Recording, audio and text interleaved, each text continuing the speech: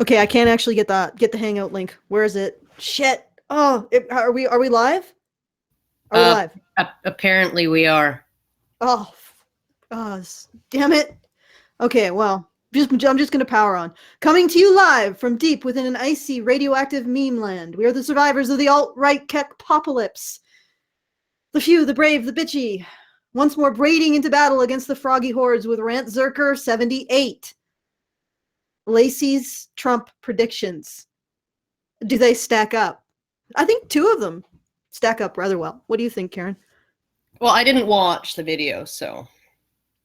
I would say that she's got two predictions. I just watched the first little tiny bit, and she predicted two substantial predictions. Giant monsters rampaging through the cities, indestructible radioactive monsters. She predicted that. That has come to pass.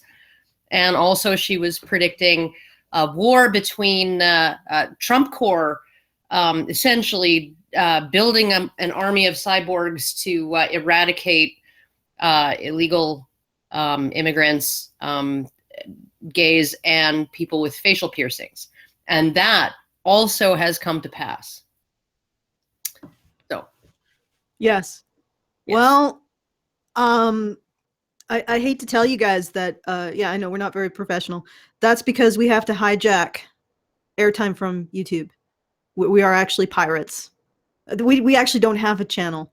The channel that you see is actually a front for our operation. Yeah. And our true motive and purpose will be revealed shortly.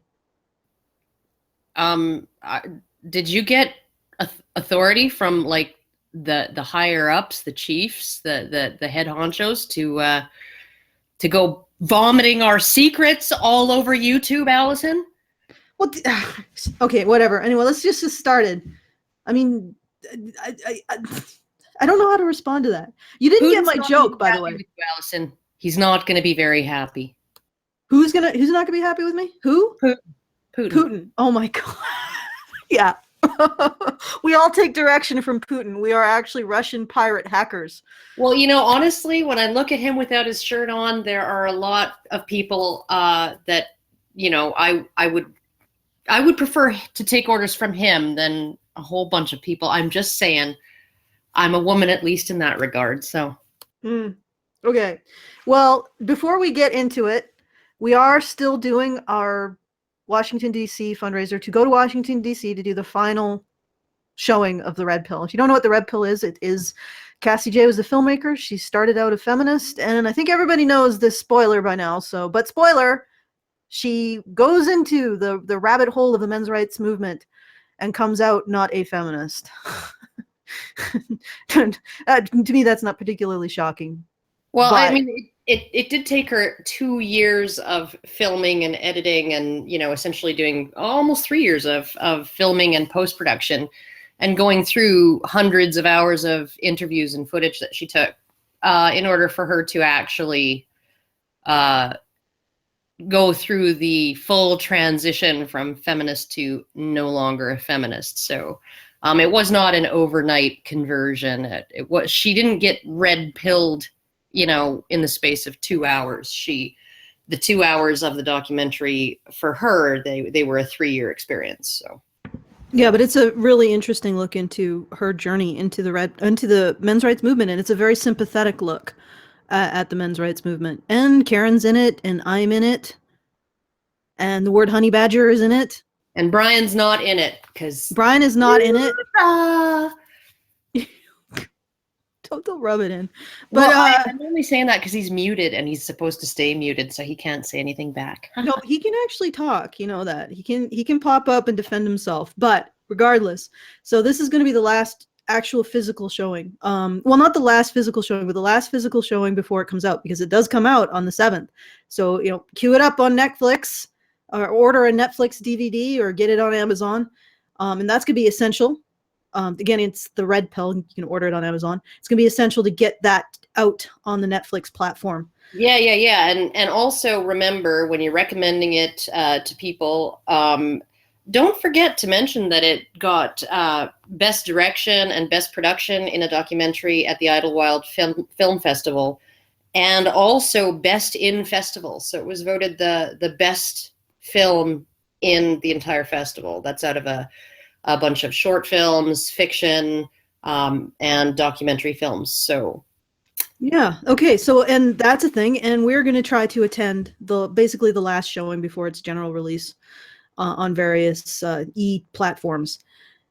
And that showing, very appropriately, is in Washington, D.C. And then the next day, there's talk of perhaps some protests, some Women's Day march protests. And it's also walk off the job. It's a general strike. They're going to walk off the job. That includes, because part of their job is spending money, that includes not shopping. So. Here's a message. William Stetchever says, if I become a patron, I wonder if I could get Alison and Karen to pee on you. No, but I would send you a vial of yellow food coloring. And you can sprinkle it on yourself. He wants us to pee on him? Yeah. I'm not sure how we would do that. We'd have to go there, and I don't think that's going to happen. I have a shy bladder, so... You got a shy bladder? Oh, you can't do it in public, eh? Anyway.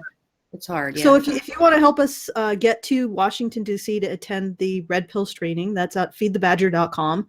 You can just enter feedthebadger.com. You'll know which one it is, because it's Karen wearing a pussy hat. And I've also included... It's a MAGA pussy hat. Yes, it's a MAGA pussy hat. Well, and I've also included the option that if you donate $50 or more, you have access to a limited edition badge called Make Pussy Great Again.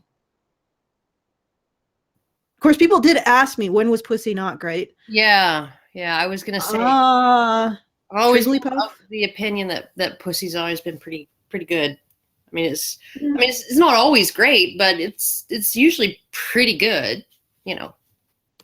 All right, and also you can, if you want to have fun with us in the after show, and today's after show is going to be on the Red Pill Forum. Apparently, some bullshit media outlet, one of those places that's basically just the National Enquirer. Isn't it the New Statesman or some shit?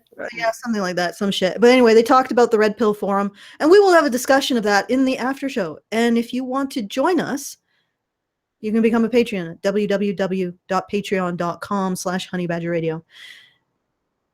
Every bit helps to keep us going. I apologize, it's always me doing the shilling. It's because why am I always the one doing the shilling? Because I always sucked at sales. Actually asking people to like send money, give money, all of those things, they actually give me that gives me irritable bowel syndrome. Yeah. Well, I mean, I don't particularly enjoy asking for people to give us money, but we do need money to continue our operations and ensure that they maintain themselves. Right now, we have a significant number of volunteers who willingly give up their time, but that is always contingent upon them having that time. And when it's a competition between being able to eat and being able to volunteer your time, you know which one wins. So this isn't actually shilling for myself. I'm already covered. My income was covered many moons ago. This is for shilling for the rest of the operation, so we don't always have to rely on unpaid volunteer labor. Yeah, and it's not for me either, because I'm comfortable enough for now, just from my channel's income and my guy that I live with, my fiance, if we ever get around to getting married, so it's really for the artists and the sort of the behind the scenes people and the people who really do volunteer their time to this that don't necessarily have, a big channel of their own or lies. It all goes to me. All of it. All of it. Yeah. All okay. Somebody asked in chat, can Karen say, grab him by the pussy, please?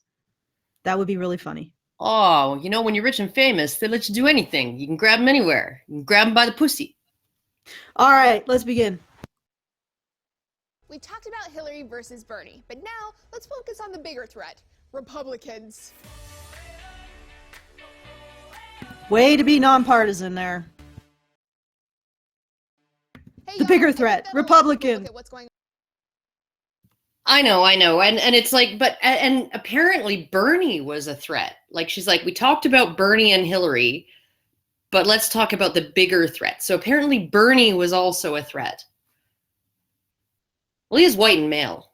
Yeah, I guess that's all that's required to make him a threat. Yeah.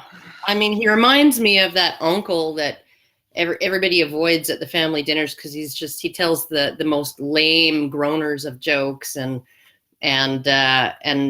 you know, is just a kind of boring. Basically inoffensive. Oh, Yeah. Tudor saying video so quiet.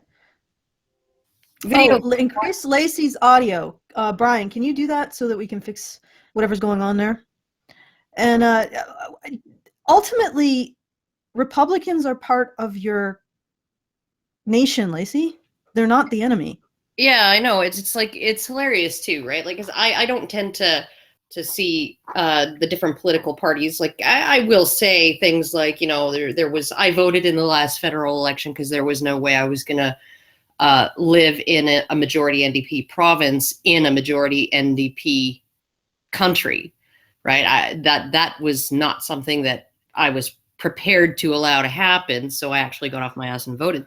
But you know, you have to actually sort of maybe come to terms with the fact that your neighbors don't agree with you on every little thing, but they have their reasons too, right? For what they think and what they believe. So it's, yeah. Shall we continue? Brian, that's your cue.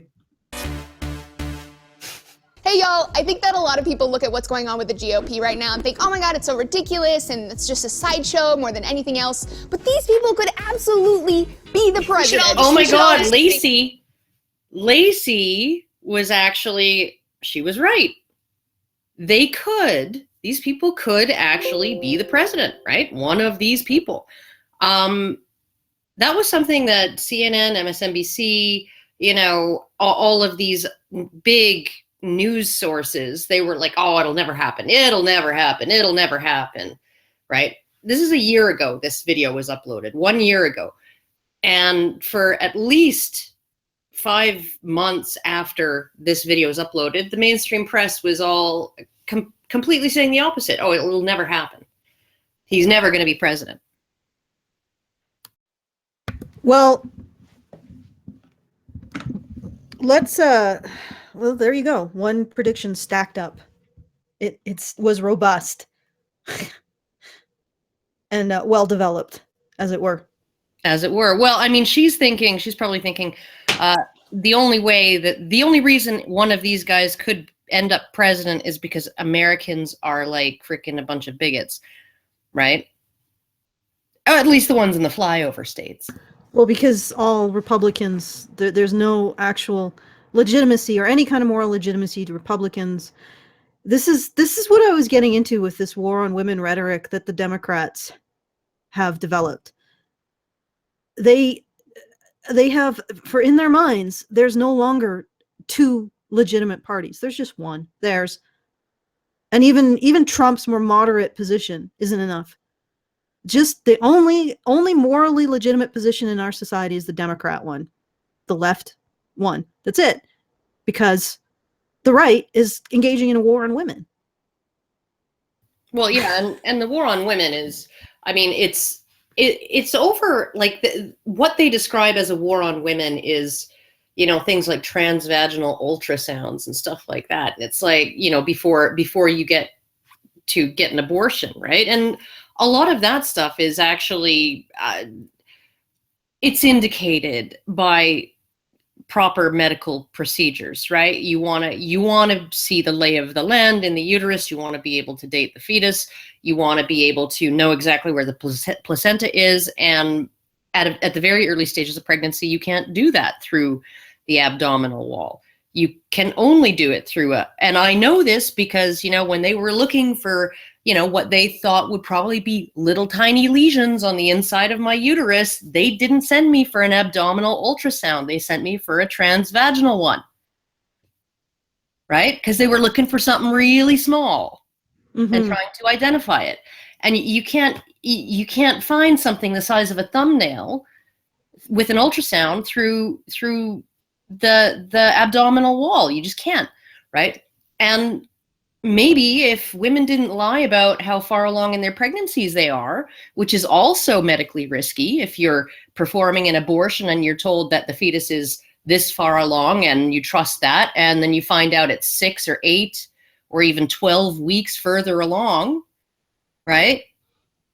And you're performing one procedure when you should be performing a different one, right? That ain't good. No, it's all a But that's a tactic war on of oppressing women. Yeah, it's a war on women. Like, you're literally going in to have instruments inserted in your vagina, right? Have your cervix dilated and have the contents of your uterus sucked out, okay? It's an invasive, painful procedure, yet having a thin wand, you know, that you can't even feel inserted into your vagina, that is rape. That's essentially rape. Yeah, it's a little bit of, and I'm pro-choice, but the other thing that I would point out is that the situation for women, they can divorce consent to sex to consent to parenthood, and men can't. So we don't care about men's bodily autonomy there. So if that's a war against women, then the war has already been fought and won against men, and they're already in the prison camps being raped and tortured.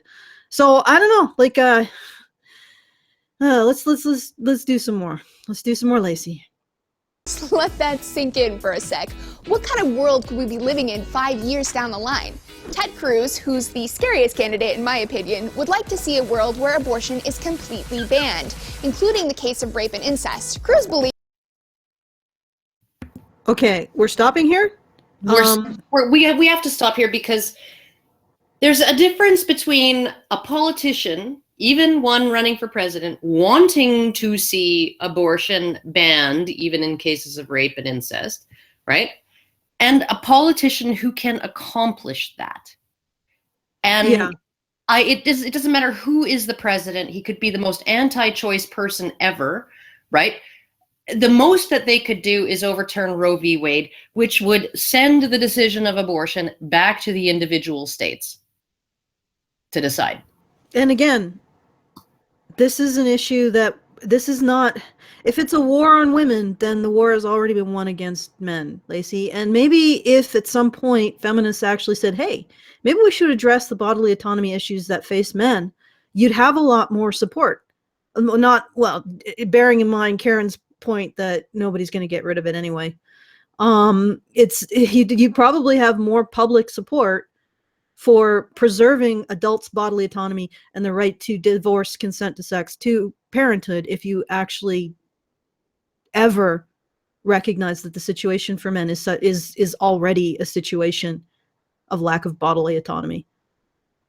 So let's continue. All right. Incest. Cruz believes that birth control induces abortion and wants... This is such a fucking crock. I'm sorry. Cruz doesn't believe... 3 seconds, people. Cruz doesn't believe, nobody believes that all birth control induces abortion, but some forms of birth control they induce abortion. They interfere with the implantation of a fertilized egg with a freaking zygote. They even remove an implanted egg and can flush it out. That is what some forms of birth control do. Not all of them, certainly not condoms, but some forms of birth control. All right. Contraceptive access restricted, a big part of why he's relentlessly railed against Obamacare. He's voted to defund Planned Parenthood because it's an assault on our liberties, and by that he means an assault on men's liberty to control women's bodies. Oh my God. It's because the narrative works, Karen. If you can frame it, if you can tell your male feminists that they're defeating the evil male Republicans, it resonates more with them. Yeah, well, it feels better. You think Ann Coulter You know, she's totally 100% pro-choice. She's totally pro-abortion. She's like, she donated money to Planned Parenthood's $8 billion abortion plex, right? Yeah, no, she didn't, because she's pro-life, like a lot of women in the US. But that's how they maintain their narrative over all of this. It's always about men, and it's not about men. It's not about men who honestly believe that the fetus is a human life and that it should be preserved as, you know, as something that is sacred, that as something that has the right to exist, right? No. It's not about that, right? It is about them wanting to control women's bodies. I mean, it's not even about, notice how she says, it's not about controlling women's choices or even controlling women's lives. It's about controlling women's bodies, because that just puts this whole salacious, kind of perverted, sexually perverted kind of thing on it, right? That it turns it into a sexual interest on the part of these men to control women's bodies, to control women's vaginas, to control women's sexuality, all of those things, right? As opposed to, you know, controlling women's behavior or their lives or their choices or whatever, because those don't have that. Or God forbid, preserving what they consider human life. Yeah. But I mean, even if they were going to go for that, yeah, they're trying to control women, right? No, so they always got to go for that kind of perverted, salacious, you know. They're after our bodies, our women's bodies. They're after them. They're at the gate. They're going to violate our women's bodies. Male feminists, you're so progressive in your thinking. God. It's like, this is the most regressive, archaic impulse imaginable. And they paint it up in this the colors of progressivism. It's hilarious. It's like taking a Cro-Magnon and putting him in a suit and saying, yeah, this is modern man. It's just like when you remember when that member of the House of Representatives in, I forget where it was, freaking Michigan or wherever, she said they were debating an abortion bill, and she said something along the lines of, Mr. Speaker, I'm flattered y'all are so interested in my vagina, but no means no, right? And then she got suspended. And all the feminists were like, she got suspended for using medically correct terminology. She used the word vagina, and that's why she was booted out. No, she was booted out. She was suspended because she implied that anyone who was going to vote in favor of restricting abortion was doing it because they have a sexualized interest and a violative interest in her vagina, right? That's what it was. It was essentially, she was accusing them of some kind of rapacious, personal, deeply personal and sexual interest in her freaking vagina. Right?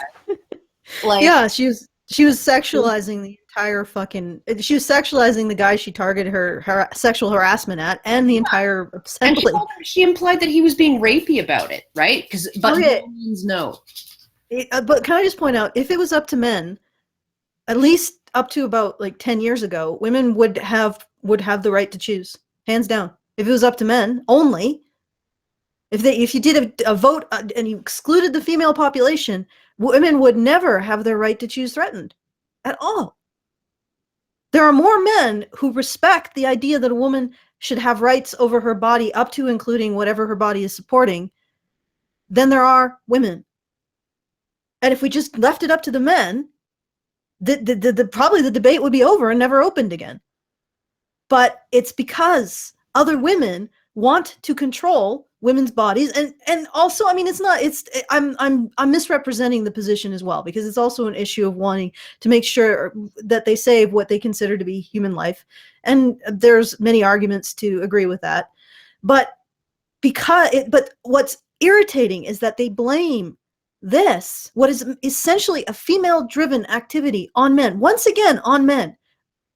If only men decided on the right to choose, women would never lose the right to choose. Ever. Yeah, if all women stopped slut shaming, there wouldn't be any such thing as slut shaming. Yeah, they constantly take these behaviors that are essentially intra-sex competition between women and blame men for it. And the only reason that works is because blame runs downhill and always hits the person who doesn't have the social power. They can't blame other women because that is actually dangerous. Blaming men is easy. That's why we do it. That's why every single scapegoat in society is usually the people who do not have the social power to command this kind of attention and awareness of the issues. It's so infuriating that this is so obvious. I mean, it's like and I'm using a hyperbolic example, but it's only to illustrate the point, not the severity. It's like the Nazis believing up to the point where they're shoving entire Jewish communities into ovens, believing that they are controlled by the Jews. It's that kind of mentality. It's astounding. It's when we believe the narrative so deeply and so profoundly, we actually supplant the observations of our own eyes with the narrative itself. Well, but then they wouldn't, and it's a circular thing, because they wouldn't be able to justify shoving Jews into ovens if they didn't have the belief that the Jews were controlling them and were this sort of maleficent, malicious force with immense power to destroy the lives of Aryan Germans. And it's terrifying, because the less power Jewish people have, the more you have to believe in the conspiracy. So the more Jews get shoved into ovens, the more deeply Nazis believe they have all the power. And the more deeply entrenched that belief becomes, and more intractable and unable to move it. And it's like you watch this spiral into this hellish pit of essential. If you try and shift the belief, then all of a sudden people would have to realize what they've been doing. Exactly. So the more the belief is incongruent with reality, the more you have to tighten onto the belief. Like this belief that men somehow, despite if you gave it to men, women probably would have the right to choose from now to the end of time. You gave it just to men, but somehow men are responsible for any threat to abortion rights. Men are responsible. Ugh, Brian. Women's bodies. And Cruz, like all the GOP candidates, doesn't think that paid leave is something that should be required by the government, which hurts women and children and benefits CEOs. Honestly, when my mom had her first child, my sister, who is now 52, when she had my sister, there was no maternity leave paid for. There was no guarantee. So like they have in the US, if you return within a certain amount of time to your job, they have to keep your job for you. They have to find somebody to temporarily fill it, or just cover your ass with the other employees until you come back, and they have to give you your job back when you come back. So they at least have that. But there was none of that. Even if you were planning on returning to work after you had your baby. So my mom went to unemployment and essentially said, okay, I'm 8.5 months pregnant. I'm taking time off to have a kid. I'm planning on going back to work within 3 months. Can you help me out? Nope. If she was sick, they would have. If she'd been laid off, they would have. If she was laid off and pregnant, they wouldn't. Even if she was not laid off because she was pregnant, but just because she was laid off for other reasons, or fired for other reasons, or whatever, right? They wouldn't cover her. They wouldn't help her because she was pregnant, right? There was no government-funded prenatal care. So the delivery was free, the hospital delivery, but your prenatal checkups and appointments and all of those things, you had to pay for out of your own pocket, right? Somehow, despite the fact that my dad was in school doing an apprenticeship as a heavy-duty mechanic at the time, somehow my parents managed to make ends meet. Somehow they did it. Amazing, astounding. And also, at the time, more people managed to do it and families stayed together. Well, because they fucking had to.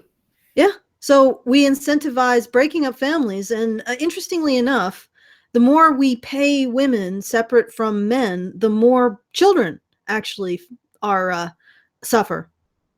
Because one of the biggest factors, apparently, is divorce for a loss of life. A child of divorce, I know this sounds really judgy, but a child of divorce, statistically, will live 5 years shorter life. I mean, there's nothing more depriving than that. But I just want to point out one thing. This is the pro-male argument here. We have the anti-feminist argument, which is simply, why should other people have to pay for women? But let's do the pro-male argument. Laci, this is something that only affects women. This is a beanie that only women get. You're supposed to be arguing from a position of what? Equality? And you're advocating to give women something that men don't get. How is that equality? You know what? If you're a woman and you want to continue to work in the workplace, get a guy who's willing to do childcare, who's willing to scale back his involvement in career in order to take care of a kid. There are men out here who will do that, who are eager to do that. But you're not even considering the male point of view here. You're not even considering the fact that you have not even addressed that this is supremacy. This isn't equality. This is, I want to give something to women that men don't have. She's not even talking about paternity leave. It's not even on our fucking radar. It's I wanted to also add, because I know that there's going to be people, who are going to say, well, Karen, you probably went on maternity leave. And yeah, I did. Well, not for my first two kids, because I was not working when I had them. But I went on maternity leave with my third kid, and because I worked part-time, I was getting minimum wage, and 3/4 or more of my income was in tips, which they don't insure. I was getting about $150 a month from my maternity leave. That's what I got, $150, $75 every 2 weeks in maternity leave benefits. So it's like, would I have been able to survive without that $75? I'm pretty sure I would have been able to make it without the $75 every 2 weeks. Okay, but again, the personal is not political. Right? The thing is that when you're looking at this in terms of the pro-male argument, which really is the position that is most effective in neutralizing this feminist crap, why aren't you talking about paternity leave, Laci? And if you're not talking about paternity leave, women shouldn't have maternity leave. Until you can convince people to give men paternity leave, women shouldn't have maternity leave. Well, they should have. I think maybe 6 weeks of paid maternity leave. That's for the physical recovery from essentially what would normally be the worst case scenario of a normal, what would be considered sort of typical these days, which would be cesarean section, right? You might need 6 weeks to get all the way back to your former self.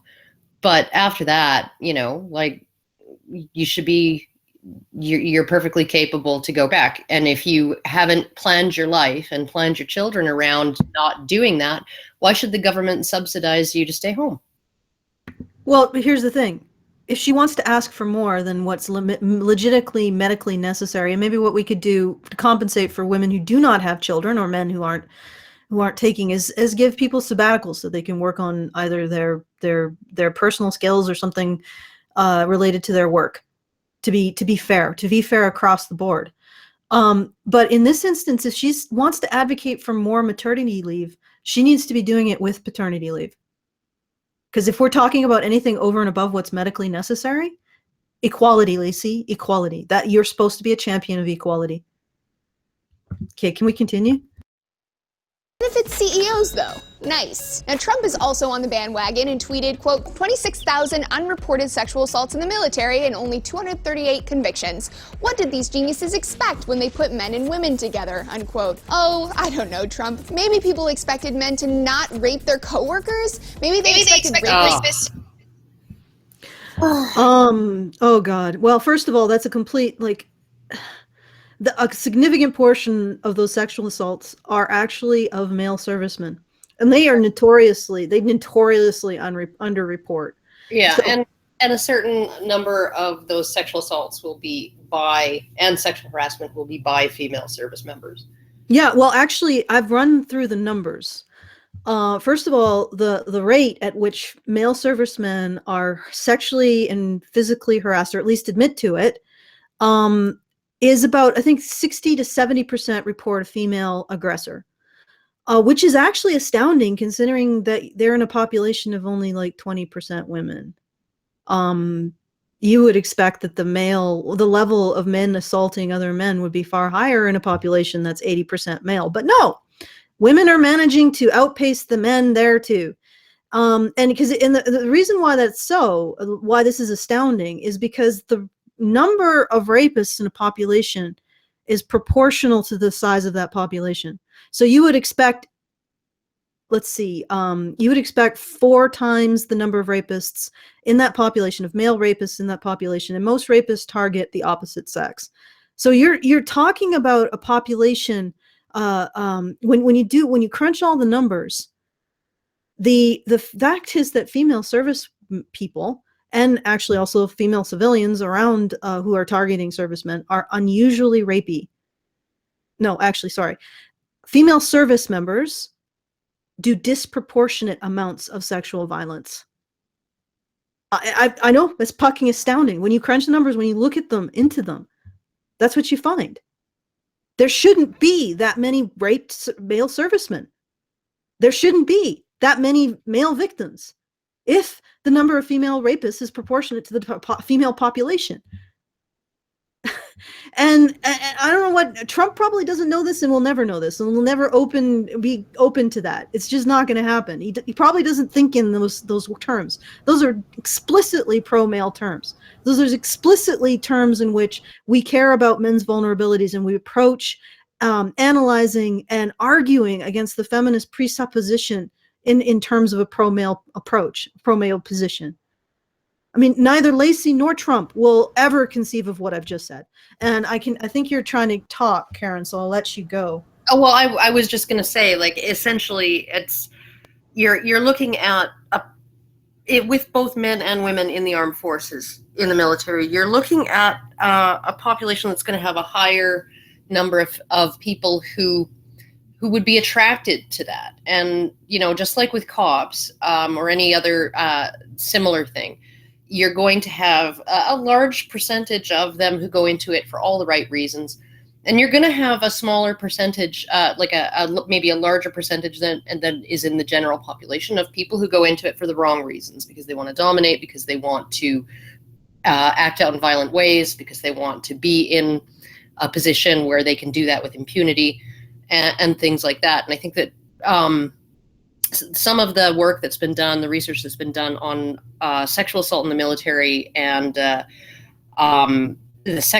history of violence of members of the military and how that parses out, is that there is a slightly higher percentage of people with a history of violence and sexual violence who find their way into the military from the general population, probably just because they're going to be more attracted to that type of work.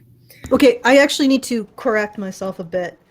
What Trump said might actually indicate that he's aware of the high rate of sexual violence against men. It doesn't necessarily, it's not definitive proof.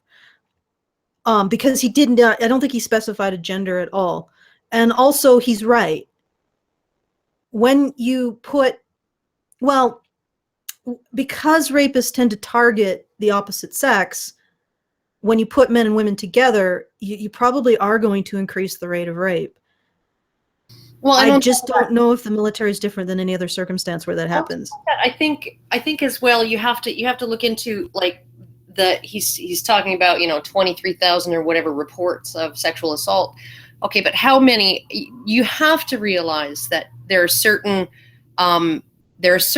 environments in which false reporting is encouraged, right? And in a place where you can lose your career for having an affair, an extramarital affair, and you get discovered, then that's a heavy incentive. That's going to ruin your career. You're going to be drummed out of the military. You're going to be court-martialed. That's a criminal offense there to have an affair. That's a really, really strong incentive for filing a false report, right? So I think that the number of reports that are coming in through the military of sexual assault are probably not indicative of the actual reports made. Probably not indicative of the number of sexual I don't think that I think that it's more likely that there would be a high percentage of those that are false. Okay, let's see what else Laci has to say. And why did she read into the idea that Trump believes that? Because I actually sort of springboarded on her interpretation, and I realized post hoc that it was probably not a good idea. Why does she assume that Trump is just referring to female victims? He could also be referring to male victims. Maybe he's saying that women can't help themselves. Women can't help themselves. Yeah, no, okay. But all right, continue. Maybe they expected rapists to be held accountable? Just an idea. And while other GOP candidates have treaded more lightly on racial issues, Trump can't seem to shut up about them. He's called Mexicans rapists, wants to deport all immigrants. She's such a liar. Go ahead. He called the Mexicans that are crossing the border. He said Mexico is they're not sending their best people, right? They're sending their rapists, their murderers, their drug dealers, blah, blah, blah, right? Obviously, if he's saying Mexico isn't sending us their best people, they're sending us these Mexicans as opposed to those Mexicans, that means that he thinks those Mexicans are not rapists. Like, yep. And this frickin' he wants to deport all immigrants? No, he's never once said that. Tons of immigrants came here legally, came to America legally, exist here legally, or became citizens, right? Or have their green cards, or have their landed immigrant status, or have, some kind of legal status because they came through the proper channels, right? He's never once said, oh, I want to deport those people, those immigrants.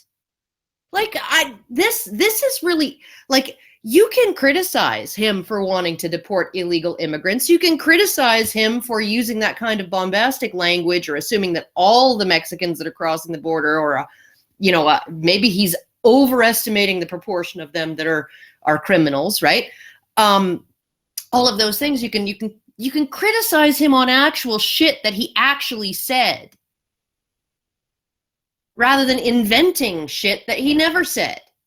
Yeah, it would be really helpful if people would do that, because I'm not really partial to defending Trump, and you're making me partial to it. Well, what gets me, because because every once in a while when I even discuss Trump, I have people in my comment section saying, are you even aware of what Trump is like? Have you been following the news, blah, blah, blah, blah, blah, blah, blah. And I'm like,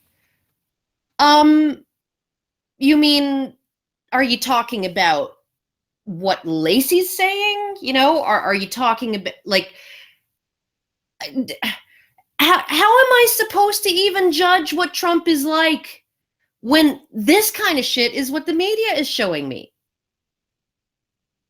Exactly. How are you supposed to have legitimate criticism? Like, could you just dial it down? Just dial it down to what he actually says, so we can join in and actually even legitimate criticisms, criticisms that might be one entirely legitimate of Trump and his policies, right? I don't trust them. I don't trust them when they're even coming from my own fans, right? Because it's just the lies, just like absolute fabrication, and the level of spin, and the bashing everything and twisting everything he fucking says, right? For a year and a half or more, right? Now I don't even, it's like, I know maybe this person hasn't been crying wolf for a year, right? But I don't know whether he's getting his information from the mainstream media or whether he actually did some investigation. Like, I have no idea. I can't trust anybody's opinion on Trump anymore. It's like, fucking piss me off. Yeah. Okay. Brian. A wall between US and Mexico and have Mexico pay for it. He wants to ban all Muslim travel to the US. It's like I'm David at the dentist. Like, is this real life? He didn't ban all Muslim travel to the US. Well, he did say he did say initially that he wanted to have a ban on Islamic immigration into the US until we figure out what's going on and how to deal with it. And no, he didn't end up banning all Muslims. Something like 87% of the world's Muslims still have access to travel in the US. So, all right, let's continue. The answer is yes. It is real life. These are some obvious failings of the GOP frontrunners, but where things get sneaky is with economics. People think, okay, maybe Trump's a little crazy, but he speaks his mind, and he's a money guy, so he'll help the economy, right? Well, it's a little more complicated than that. The past few decades, the right has done a fantastic job at convincing working class people to vote against their own interests. During the Okay, Bush senior stop. and We gotta stop, because it's, we need to do a banana. For anybody who doesn't know, that means that we have to stop it periodically to avoid a copyright strike that YouTube will put on us if we go over. All right. Okay, what's going on here? Why is it starting up again? stop it, Brian. Stop it. Your pooping is annoying. All right. So her presumption is that the Republican Party isn't actually fixing the economy or helping small business.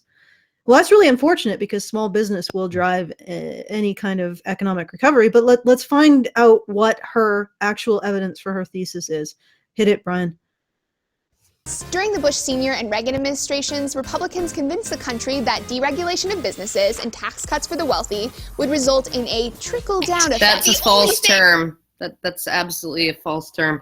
That's complete mischaracterization of it was sort of the media's spin on what Reagan said.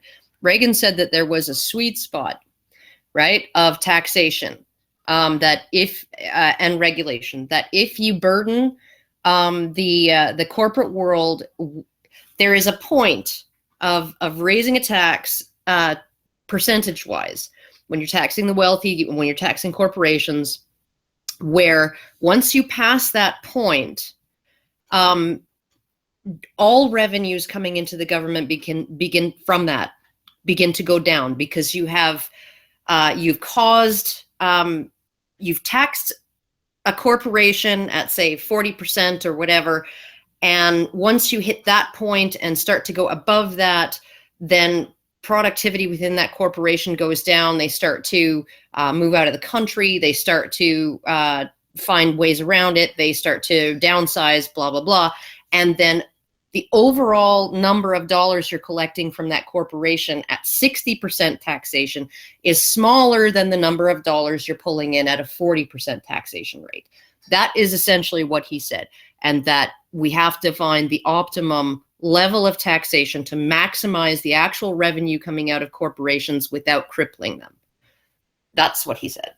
Well, and the other thing is that a lot of the regulation of business preferentially helps or doesn't preferentially help, but larger businesses like big corporations can handle it. Smaller corporations can't. Well, that's why big corporations often want to preserve a lot of these regulations, right? Any kind of red tape that like watching a John Stossel special where he, looks into exactly how much work he would have to do to open a lemonade stand on his front curb for his little girl to operate and to do it legally without breaking any laws. And he's like, it costs, $3,000 and it's 2 months worth of filling out forms, right?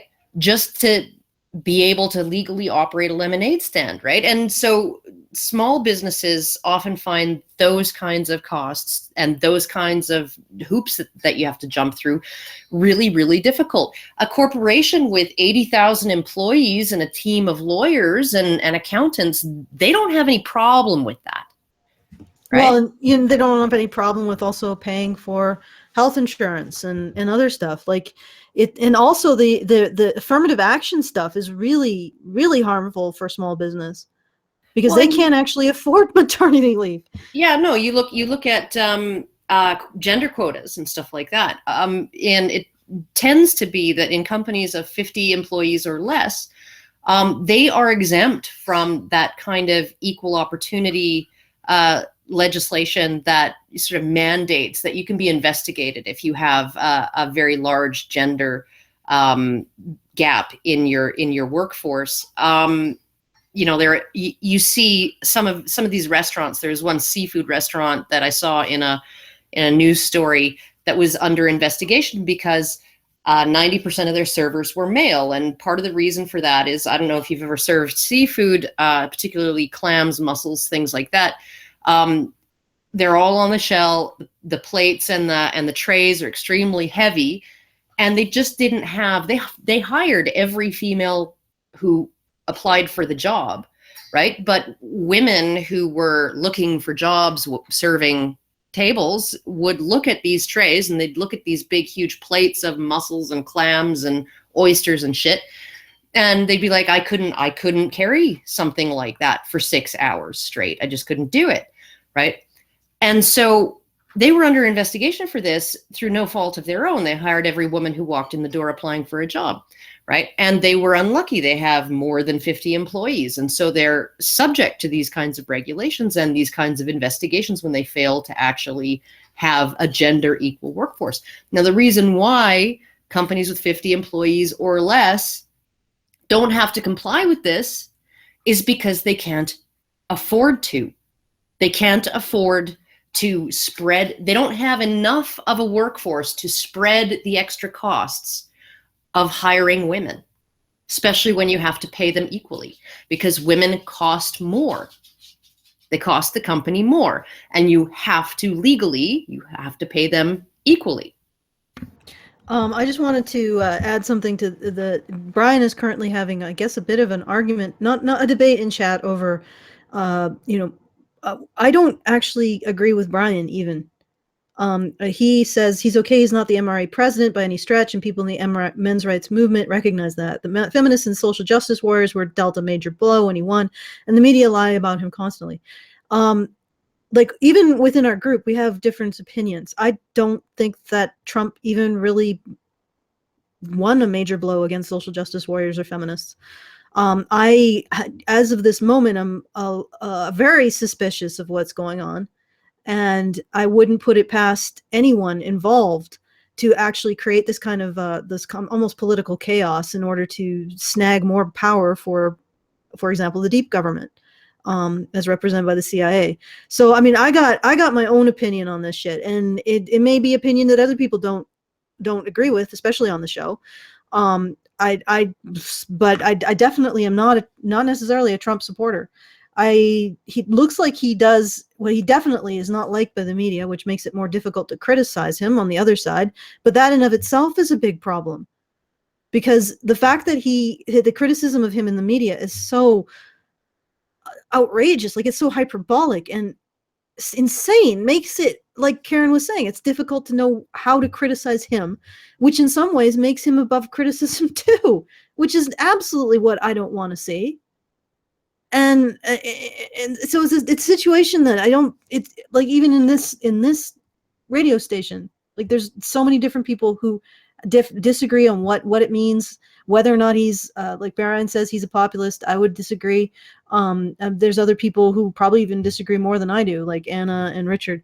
So there is no side here on this particular group, except maybe we all share a pro-male a desire to see more pro-male talking points brought into the discussion. Yeah, well, and I think we can all agree on the fact that the media can't get its fill of lying about Trump, right? And that's bad on a number of levels. And one of the most important ones is really that it's very hard to recognize a genuine, well-substantiated criticism when you've seen the last 8 really, really, scathing articles about Trump be shown to be completely spurious.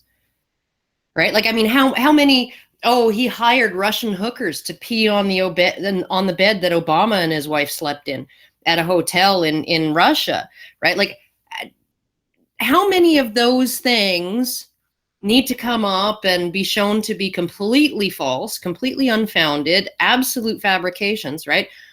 Before people realize that, okay, maybe we shouldn't believe anything bad that anybody says about Trump. Which is its own problem. It So is.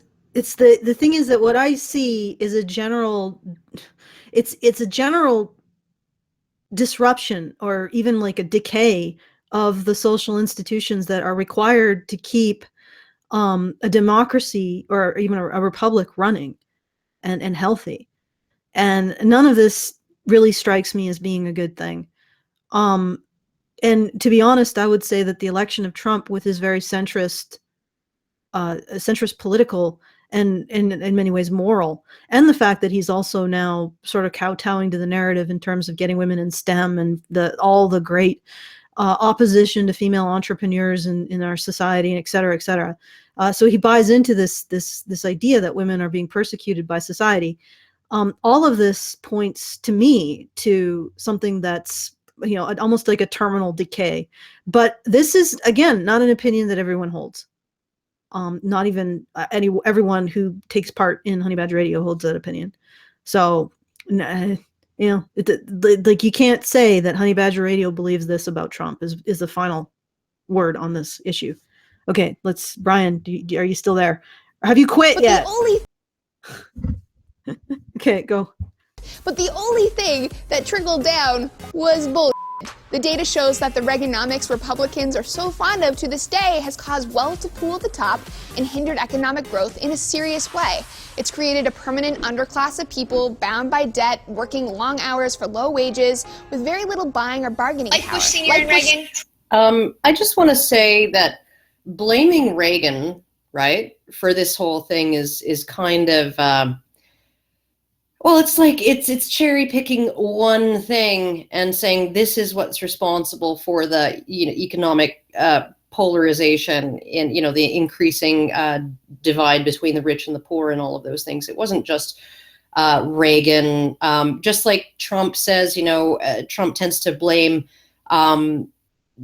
jobs leaving America, manufacturing leaving America for China and Mexico and places like that. And that's what's to blame. But really there's a lot of things that are to blame for. I mean, my guy makes his living trying to teach computers to do, to essentially trying to program computers so that 2 guys can do the job of 10 guys.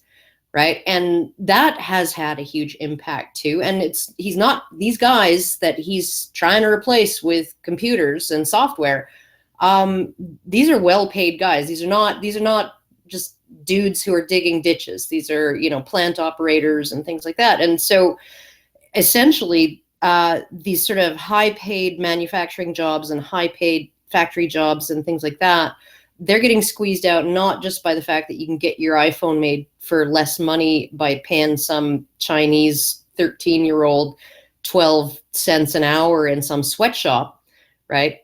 They're also being endangered by automation and artificial intelligence and all kinds of things like that, right? So I think that blaming Reagan alone, I mean, that's absolutely foolish. It's absolutely foolish. And as far as people in debt, yeah, you might want to overhaul the U.S. student loan system, because when universities know, when banks can lend you money to go to school and get a useless degree in feminist interpretive dance so that you can go get your job for the rest of your life at Starbucks as a barista, right? And never be able to fully pay back your student loan, but the bank's going to get its money back because that can't be expunged in a bankruptcy, right? So the university knows that it's going to get its money, whether it graduates a bunch of employable people with good prospects or whether it graduates a bunch of people who are going to be living in cardboard boxes, right? And then all of a sudden, the banks are saying, well, everybody gets a loan. Everybody, yeah, come get your free money and go and take whatever you want and get yourself into debt and, don't work. It's not just that you're spending $60,000 on that university education over 4 years. You're also not earning any money during that time. You're not getting job experience during that time. Right? You're setting yourself back 4 years for a useless degree, and you're going to graduate and you're going to have this gigantic debt. Like, there are a lot of fucking things that have been feeding into this, right? And banks would not give away student loans to just anybody if they didn't know they were getting that money back. So why don't you try and see if you can't reform your student loan system so that the loans are not guaranteed, so that they can be expunged in a bankruptcy, so that banks will be more choosy about who they give money to and what kind of programs they're willing to lend you money to go into, right? And a lot of these problems will be solved. Okay, can I point something out? I'm going to give Laci kudos, because this part is an actual legitimate criticism. Even if we disagree with the criticism, you have to agree that it's legitimate. To call your leaders out on their economic policies is a good thing. To look closely at whether or not what they're saying is actually translating to what they say it will is a good thing. Criticizing the Republicans on their economic policies is an excellent thing to do. Excellent. You may be wrong, but it is legitimate and excellent criticism. Or saying your criticism might be incomplete. Incomplete or incorrect or wrong, but this is perfectly this part of the video is Laci doing something right. Surprisingly, criticizing these people on their economic policies is absolutely, in my opinion, it's absolutely legitimate. And I'm not saying it's legitimate because their criticism is necessarily correct. It's because it's the correct kind of criticism. This is what you want to see. You don't want to see the first half of this shit where she's talking about war on women shit or racism shit when it doesn't apply. That's narrative nonsense. Let's identify a victim object and cast Republicans as the villain. That is going to destroy a society doing that enough. If you indulge in that too much, your republic goes bye-bye. But criticizing them on economic policy, criticizing them on how they treat how their policies affect all citizens, male, female, black, and white, those are legitimate criticisms. Absolutely legitimate. Agreed. Now, we started off with this by sort of countering Laci's criticism. I think Karen did more than me, probably because she has more of an awareness of this stuff than me. But I would like to point out that Laci is doing something right. She is criticizing the Republicans in a way that they should be criticized for their policies and for their economic outlook. Regardless if you agree with it or not, she's doing something right here. So let's continue.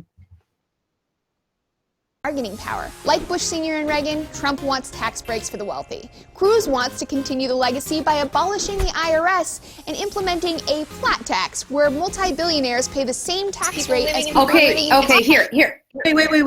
Wait. Isn't there a provision for people under a certain income?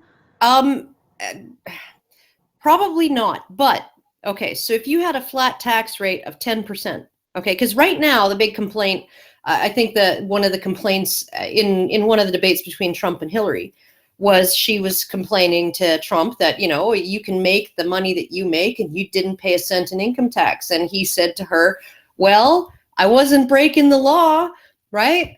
I took advantage of all the loopholes in the law, all of the policies, all of the regulations, all of the ways that I can get away with not paying any income tax, right? You've been in power for 20 years. You haven't spearheaded a single bill on closing that would close any of those loopholes because your friends in Goldman Sachs, your friends at the Lehman Brothers, your friends in all the big banks, right? They all love that just as much as I do. They all take advantage of it just like I do, right? None of them pay any freaking income tax just like I don't. Right? Okay, a flat tax with none of those loopholes, you'd get more money out of Trump than you're getting right now. Okay. And I would tend to agree that the reduction in government spending might be worth it, the tax for a flat tax. Oh, can you imagine the amount, like the team, the army of fucking people? I have to pay a woman $250 a year to do my taxes because it's complicated, right? it's complicated by the fact that I have these small home-based businesses that I get income from and I have expenses for. And so I collect everything up and I send it all off to her, and I organize it and I send it off to her, and she fills out the stuff for me. And then Revenue Canada goes and looks at my tax return. And last time they actually sent me an adjustment. They said, oh, well, we looked at your tax return and we discovered that you're eligible for an additional $700 back or whatever, right? So we got $700 more back than we were actually claiming, because they actually have, so I paid somebody $250 to do my taxes, and then Revenue Canada paid somebody to minutely inspect this professional's doing of my taxes. And they found errors that led to me getting more money. Now, I had to pay $250 for this woman to do my taxes. And I did 6-8 hours of organizing stuff and adding things up and all of that beforehand, right? Just so I could claim what I could claim, and made sure I was claiming all of my income and in the proper way, and making sure I was, tallying up all of my expenses so that I can deduct them and all of that, and being all entirely proper and all of those things, right? I would love to just have to add up my rent, my Patreon, my frickin' whatever, and just shave 10% off of that and write the government a check. It'd probably cost me less per year than that $250 I pay that woman. Yeah. I mean, and also, if you think about it, if you got rid of a lot of this government overhead, you could probably tax people significantly less. Yeah. But anyway, this is, I mean, harder to cheat on your taxes. You know. Someone in the chat said that Laci would only criticize people she disagrees with on a narrative level, in this way. Well, that's one reason why we need to get rid of narrative, so we get proper criticism back. Because it really, like, this whole argument over whether or not the left kills babies or the right kills women or whatever the fuck they're talking about. This is a distraction from good governments, in my opinion. This is a distraction from the legitimate criticism of what we should be doing of our leaders. And when you look at like the body that has made the decision on abortion, to a large extent, is not even the body, any of the bodies that actually govern. So, like, there's all you have to do is if some Alabaman frickin' senator or congressman or whatever, right, brings in a bill and to restrict abortion, and you think it's unconstitutional, take it to the Supreme Court. Yep. Get us down. All right, so so this is actually good criticism. The first part of this is bad criticism, and and the person in chat is right. If Laci only uses her criticism to supplement her narrative, her particular narrative of who the victim object is and who the enemy is, then it sort of negates the fact that this is good criticism.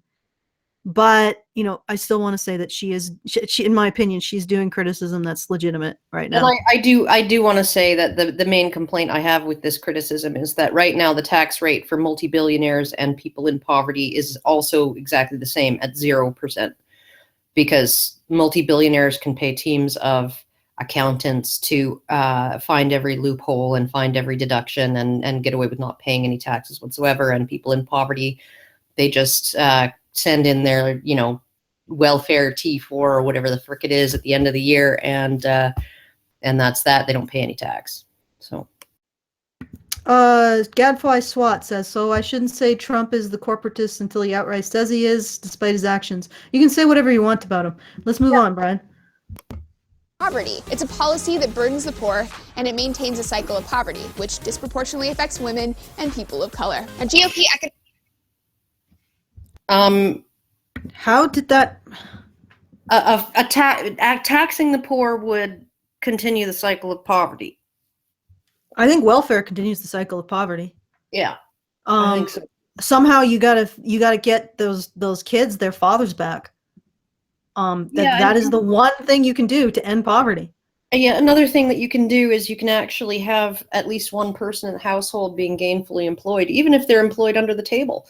Even if you're collecting welfare and he goes out and mows lawns or whatever to make extra cash for the family, right? Having somebody out there earning some money through their own labor and setting that example for the kids is important. Well, I mean, that may be important, but actually, statistically, and I'm not saying that it isn't, but statistically, even if he was just staying at home doing nothing, the father would probably be doing better for his kids than not being there at all. True. And even like it doesn't even have to be gainful employment. If you just gave the father or the mother something to get out of the house to do, like a volunteer position, something productive that actually contributes to society.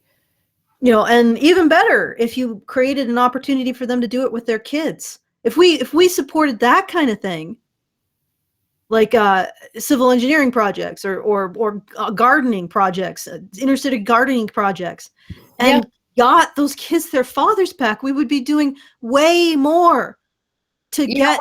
What I find interesting too is like a lot of people who are on assistance and things like that. I mean, there are a lot of really weird jobs out there that are completely wacky, that they aren't enough to live on by any stretch of the imagination.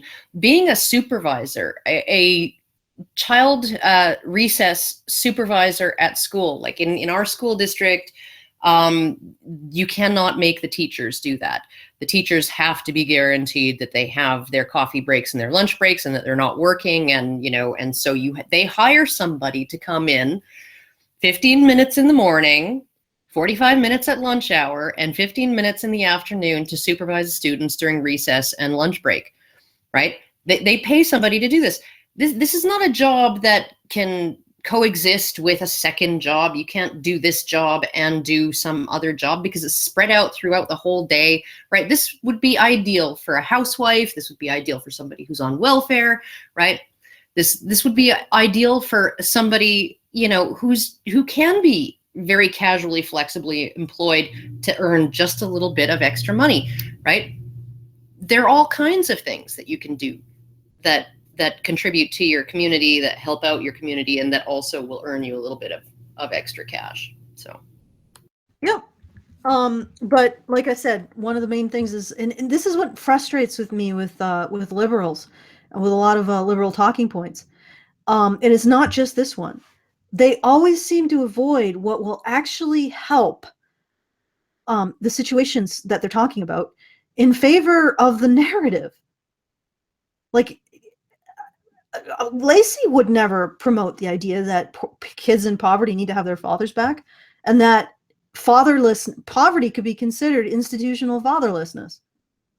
You give those kids their fathers back, and they're more likely, the next generation, to work themselves out of poverty. But she would never embrace this one single thing that would improve the problem. I mean, and that's part of what I talked about in the fundraising video I just uploaded yesterday, is because we will not look at this outside of the narrative that women have it worse and always need to be focused on. We won't focus on men or anything to do with things that affect men. So we won't focus on the fact that the solution to the problem of poverty and kids not being able to get into and out of poverty is to give fathers or children rights to their fathers back, or their fathers' rights to them back. And it's like listening to people like Laci talk about these issues, like that this is going to be solved by having a Democratic president. It's not going to be solved by having a Democratic president. It's not going to be solved by your side winning. It's going to be solved by focusing on the men's issues at the root of the problem. The thing that you're avoiding looking at. And the fact is that if you're not going to advocate the one solution that will actually solve the problem, or do more to solve the problem than anything else, then how can you possibly be justified in using the problem to advance your particular narrative? You don't get that narrative anymore, Laci, because you're not embracing what would solve it. You're just using it to perpetuate your own particular narrative and support your own particular team in this farce. So no longer do you get the poverty narrative, Laci. You don't get it anymore. It's not yours. So you can't refer to it ever again. Never. Never. All right, Brian. and people of color. Now, GOP economic policies, from parental leave to minimum wage to pay gap to welfare, stand staunchly against wealth redistribution amongst the super wealthy. But this redistribution of resources is critical, not just for basic survival, but also because You see, this comes from a particular framework. It comes from the framework that we need to just benefit women. And we can just ignore the situation for men and just keep benefiting women, and that will solve shit. And it doesn't. It doesn't solve anything to give women more welfare, to give them more maternity leave. It doesn't help children. like honestly, one of the things that Harper did, Stephen Harper here in Canada, that I thought was a great idea was he gave they were doing a debate on universal childcare, and the Liberals and the NDP wanted universal government-funded daycare for every child in the country whose parents worked, and this would have actually, it wouldn't have benefited someone like me because I worked evenings, and any kind of regulated state-sponsored daycare or state-subsidized daycare is essentially 6 a.m. to 6 p.m. and that's it. You wouldn't be able to use a subsidy anymore to pay a babysitter. Now, if you qualify for a subsidy, you can pay a babysitter or pay somebody. You can use it to pay a private person. And it would benefit people like my sister, who's like a doctor, who had a nanny, right? She would be able to get free government-funded daycare for her kids because it's universal. Because she works those sort of office hours, the banker's hours, and I would be stuck just paying a higher rate of taxes to pay so that people like my sister could benefit from this. So Stephen Harper was like, no. What I'm going to do is I'm going to introduce this thing called the Universal Child Care Benefit, and it's going to be a monthly payment in dollars. And I think it started out as $100 per child or something like that, or $120 per child under the age of 6, under school age. This is what we're going to give everybody who is a parent, a custodial parent of children, to help them pay for their daycare, in addition to the daycare subsidies, or to help them make ends meet so that maybe they don't have to work outside the home at all if they don't want to, right? And so essentially he was just giving that money, that little bit of extra money, back into everybody's hands to spend as they wanted. And a lot of women found that, yeah, no, this helps me in such a way that now I don't need to work so many hours, or, I can be home with my kids more, or maybe I don't have to work at all with that extra $120 a month. When I really figure out the cost of working versus what I'm getting out of it, it's really only about $200 anyway. So, because I'm working at Tim Hortons, not, as a high-powered attorney. And, honestly, this is really what the Liberals did. The Liberals, who were pushing for this universal government-funded daycare, they took Stephen Harper's thing, which they were very critical of. They were like, oh, this is terrible. This is a terrible idea, right? And they just expanded it when they got in, and made the payments higher and extended it. And it's like, well, why? Because it's a good compromise, right? It's something that benefits everybody, not just working women, not just the poor, right? Not just the wealthy, not just those who work within certain hours. It benefits everybody. Like, personally, I could do without it, but I think that helps more than having these big, huge, cumbersome, red tape-filled, government-funded indoctrination centers for babies that you can drop off your kids and go and work, and the government will pay to raise them. I mean, that's not okay. Anyhow. Okay, Brian. And quality of life, but also because it's one of the first steps to generating social equality. If people are preoccupied with just surviving, it makes it impossible for them to demand and advocate for equal treatment. Money is power in a capitalist society. Wealth inequality and deregulation are intricately woven with crime, public health, nutrition, climate change, and a whole bunch of other problems in America. Better economic. Okay, Karen, you wanted to say something? Hello. Well, she is right in the sense that all of these things are they exist within a complex system, right? I just think that she's not looking at them in a complex way. She's essentially saying that these policies in isolation inevitably lead to this, which then leads to that, the other, and all of these social problems, when in reality, the social problems are caused by a lot more factors than just, say, economic policy or deregulation or whatever. So, yeah, I don't know. I guess she's only got 4 minutes to say all of this shit, and she's talking to an audience of 13-year-olds. So how complex can it be? Yep. All right, let's continue. America. Better economic policies won't fix everything, but they'll set the stage for us to do a whole lot more than we could otherwise. So in my opinion, instead of fighting about the primaries, there's a lot of work to be done in deconstructing how GOP economic policies have and will hurt conservatives who aren't extremely wealthy. That's my 2 cents anyway. What's yours? Let me know what you think down below, and I'll see you on I do want to Okay. say that Trump's economic policies have not been what she describes here, in terms of, he's not letting corporations just do whatever the fuck they want. No, he's not. And he does seem to be addressing regulations that are problematic for smaller business. And incidentally, even if smaller business isn't able to meet the regulations, if you want a general economic recovery, it comes from innovative new businesses. So you got to actually prioritize making sure you're not choking them off, those little plants off, those little baby plants. You got to let them grow. You can't just choke them off and just allow the big corporations, which really don't hire people. They don't increase the rate of employment. Big corporations don't. They have a lot of employment, but they don't increase the rate of employment. So at best, they can maintain an economy at the rate that it currently is at. And if there has been a significant job loss, then you really need those little baby plants to get out from under the canopy of the large corporations. And regulations only help large corporations. And they significantly hinder smaller ones. Yep. But I like the fact that there's another prediction that she said. She didn't regard Trump as the worst possible outcome.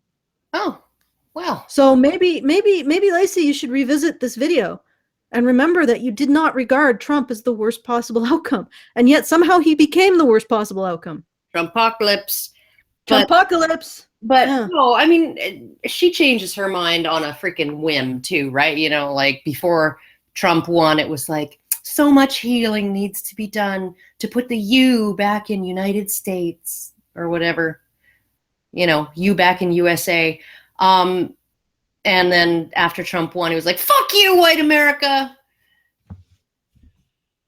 So she it's like expecting her to remember what she said a year ago, right?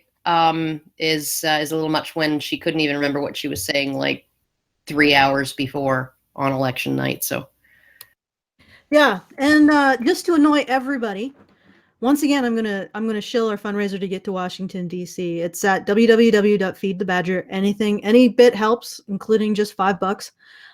We're gonna go there. We're gonna see the final showing of the Red Pill before it's released, given a general release on hopefully Netflix or Amazon. So do also consider buying the Red Pill on Amazon. And we may, and I think Karen's going to be going to the DC station of the CTV to attend a panel that they're having on the Women's Day. CTV is one of Canada's 3 national TV networks, like just regular TV networks, and they are doing a morning show panel discussion for International Women's Day, and I was invited to participate. And luckily enough, they have a studio in Washington D.C. So I will be there at 7:15 or something in the morning on March 8th, and we'll see how it goes. Apparently, she's got Janet Bloomfield on board, and a bunch of feminists, and she's trying to bring more non and anti-feminists on board as well, because the producer wants to have a varied number of perspectives on the state of feminism this International Women's Day. So Yeah, and I just wanted to say that one of the big differences, I think, between Honey Badger Radio and most anti-feminist content, or even the right, or the alt-right, or conservatives, is that I don't think these people, and they do great content. You know, it's great to criticize these arguments, and point, you know, just tell people that they need to improve their argumentation, especially if you're feminist. However, what I've noticed is because they are still sort of stuck in this narrative of women having it worse, they keep getting boxed in by the left.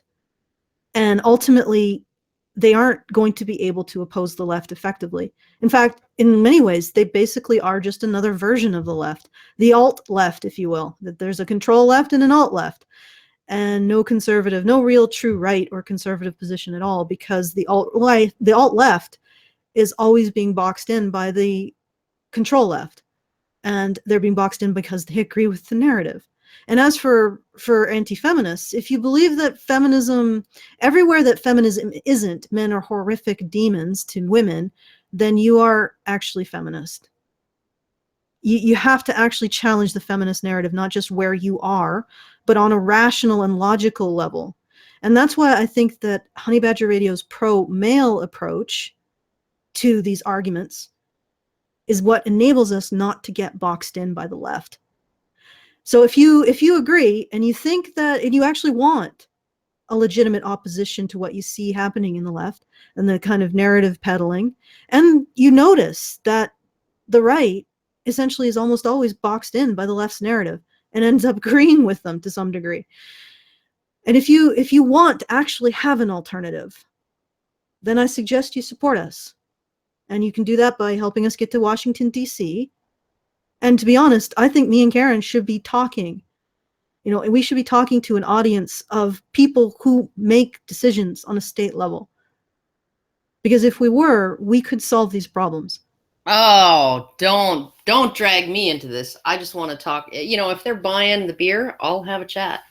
Yeah, that or whatever, in whatever context. Yeah, no, I think that adding a perspective like ours to the sort of the general conversation and the general sort of zeitgeist of people who are making decisions, particularly policy decisions, not just legislation, that would be helpful. I mean, okay, so Prince of Queens says BS. The alt left is generally not swallowing the feminist narrative. Well, thank you for using my term. I appreciate that. So at least I sold you on something. But here's a recent example. All right, it's the discussion for Muslim immigration. And let's say we start with the right position. We cannot bring Muslims into our countries because Muslim men are raping our women. And then the left comes back with, the control left comes back with, but Western men are worse for Western women. Husbands are more dangerous than terrorists. And then the alt left comes back with, Muslim men are worse for their women than Western men are for their women, so we can't bring them in. Because Muslim women are the biggest victims on the entire planet. And this is the alt left, the right's position, is that Muslim women are the biggest victims on the entire planet. Well, when you set it up like that, when you make Muslim women your victim object, you are agreeing with the left that Muslims are the biggest victims on the planet. And when the left eventually, concedes to your appraisal that Muslim women are the biggest victims, what argument do you have against just their immigration? Well, and you're also conceding that men are the biggest problem to their own women, right? Like that essentially, okay, the only reason why Muslim men are a bigger problem to Western women than Western men are is because Muslim men are here, right? And if we just got rid of them, then who's the big villain going to be? Yeah. It's going to be Western men. And you have no argument. You actually, ultimately, the alt left has no argument against Muslim immigration. Well, congratulations. What gets me to is that like when I was on Dave Rubin and he agreed with me. He said, okay, so you're saying that there's an instinctive an instinctive response that people have, like a biologically ingrained response, negative response that people have when they see a woman being abused, they see a woman being hurt, they see a woman being, violated in some way, and that we don't feel those same things about men. We do feel these things about women, and that there's a biological basis for that. And I'm like, yes. And he agrees with me that, yes, I think you're right. Okay. But somehow 6.5 billion or 650 million men in the world didn't inherit that. They didn't inherit that ingrained biological negative response to the sight of a woman being abused or violated or hurt or killed or whatever. Those men somehow were, I don't know, they were grown in a lab, right? They the half of the population, the worldwide population of Muslims, right? 650 million. Yeah, 650 million men. Somehow they didn't inherit that human biological legacy, right? Yeah. And he you can see him struggling. I could see him struggling with it, that, yes, he agrees that all people probably have this predisposition, but the Muslims don't. Yeah, and but the big point here is, I'm not like, I think that it's possible that we could integrate Muslims into our society if we're met about 3/4 of the way there. Like, I don't mean we're doing the 1/4. I mean they're doing the 3/4. Yeah. In terms of changing their attitudes. Oh, I think that it's possible that we could integrate Muslims into our society. But if you're going to do it this way, if you're going to give this uncritical, and if the left says, okay, we'll just restrict Muslim immigration to women, what are you going to say to that? Your entire argument rests on the idea that only men are dangerous. So you're going to have no argument. And then the problem with that is that it's women who really colonize and change the sense of belonging in a society. So you are going to bring in a whole bunch of women, and you are going to progressive stack them into positions of political leadership, and you're going to tell them, you're going to give them the ability to change to change the sense of belonging in our society. And what Muslim norms and what customs you need to follow in order to belong. Yeah. In order to belong. And then you are going to end up facilitating us all being under Sharia law in like 5 generations. And it's happened before. And maybe not specifically Sharia law, but things like this have happened before to empires, when you don't actually recognize the power of women to generate a sense of belonging towards their particular religious concept or ideological concept. And you don't ask them to say, hey, you can come here, but you have to teach your sons that they belong to America first, not Muhammad. Can you do that? Can you do that? Because if you don't, there won't be an America to belong to in 5 generations. And you have the right, what we call the right now, has absolutely no context to criticize the people who truly will colonize the West. So that's what I'm just saying. And you guys can chew on that. You can downvote and you can get upset at me. But I'm just saying, you're going to get nowhere fast without that set of tools. Okay, thanks, Brian. We can call it today.